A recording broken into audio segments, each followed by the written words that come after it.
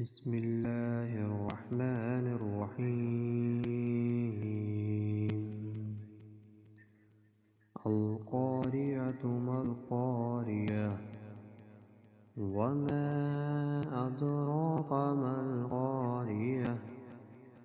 يوم يكون الناس كالفراش المبثوث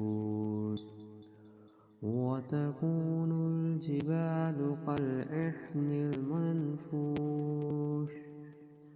فأما من ثقلت موازينه فهو في عيشة راضية وأما من خفت موازينه فأمه حاوية وما أدراك ما هي نار